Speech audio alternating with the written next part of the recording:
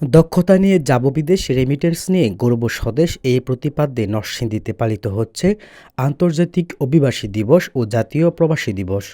দিবসটি উপলক্ষে বৃহস্পতিবার সকালে এক বর্ণাঢ্য র্যালি অনুষ্ঠিত হয়। এ সময় প্রধান অতিথি হিসেবে উপস্থিত ছিলেন প্রবাসী কল্যাণ ও বৈদেশিক কর্মসংস্থান মন্ত্রণালয়ের সিনিয়র সচিব ডক্টর নেয়ামতুল্লাহ ভূঁইয়া। র্যালি শেষে জেলা প্রশাসন এবং জেলা কর্মসংস্থান ও জনশক্তি অফিসের আয়োজনে জনশক্তি রপ্তানি বিষয়ক ১৭টি স্টলে সাজানো দিনব্যাপী অভিবাসন মেলার উদ্বোধন করেন অতিথিরা। পরে নিরাপদ বিদেশ গমনের লক্ষ্যে আলোচনা সভা ও গ্রাম বাংলার ঐতিহ্যবাহী পুঁথি পাঠের মাধ্যমে বিদেশ যাত্রার নানা বিষয়ে সচেতন করা হয়।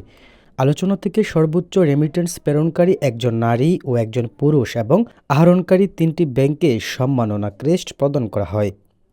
জেলা প্রশাসক মোহাম্মদ আনোয়ার হোসেনের সভাপতিত্বে এ সময় আরও উপস্থিত ছিলেন ওয়েজ অনার্স কল্যাণ বোর্ডের মহাপরিচালক অতিরিক্ত সচিব ব্যারিস্টার মোহাম্মদ গুলাম সরোয়ার, জেলা কর্মসংস্থান ও জনশক্তি সহকারী পরিচালক এ এম দাউদুল হক, অতিরিক্ত পুলিশ সুপার সুজন চন্দ্র সরকার, বিভিন্ন এনজিও, ব্যাংক কর্মকর্তা সহ বিভিন্ন দপ্তরের কর্মকর্তাবৃন্দ। আমরা জানি জানার পরিমাণটা যে পরিমাণ বেশি, আমাদের মানার পরিমাণটা সেই পরিমাণ নয়। আমরা মানি কম, জানি অনেক বেশি, কিন্তু দরকার ছিল যা জানি তা মানা, কিন্তু আমরা তা করি না।